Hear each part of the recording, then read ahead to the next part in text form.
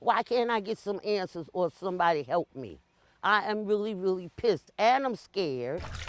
Sabra Errol cannot understand why the City of Atlanta's Watershed Department will not remove her $9,600 water bill. This is the city's water meter. It all started last September when the city replaced her meter.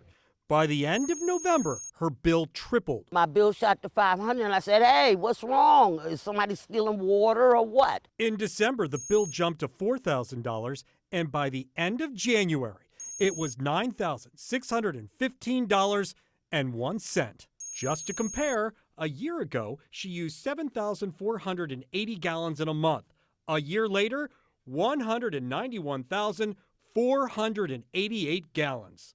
My uncle used to be here. He took a bath once a week, Sundays, with a chair assistance.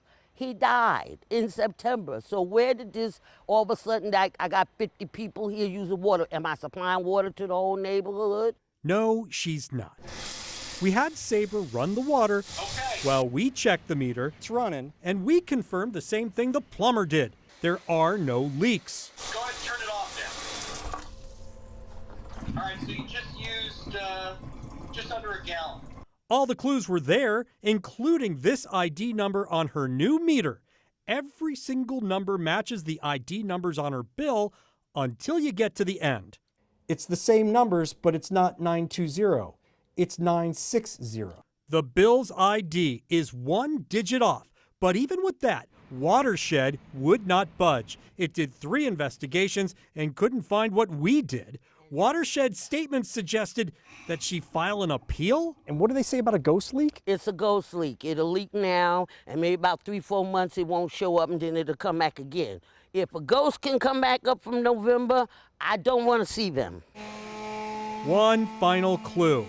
This house, the water leaked from the driveway for almost a month. Now I can see that running up to $9,000. You think? A week later, we returned to check the numbers on the next door neighbor's meter. So this is the meter next door. Now let's look at that number. It was a match. The next door neighbor's meter ID is the same one that appears on Sabra's bill. 2 new meters that are only 1 digit apart. Not good news for the contractor flipping this house, but it is for Sabra. I can get rid of the $9,000. They found the error. That day, Watershed discovered the meter signals were crossed, completing its investigation and ours. Harry, some coffee, and that's going to cost you $9,000. In Southwest Atlanta. Better call Harry. Priceless. CBS 46 News.